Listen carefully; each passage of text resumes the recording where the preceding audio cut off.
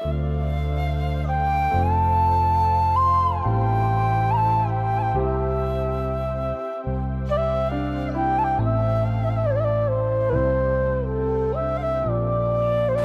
একটা weekend, 9টা two 6টার রোজের একঘেয়ে জীবন থেকে একটু ব্রেক নিয়ে আবার বেরিয়ে পড়েছিলাম কয়েকজন বন্ধু মিলে ভিটামিন সি এর খোঁজে।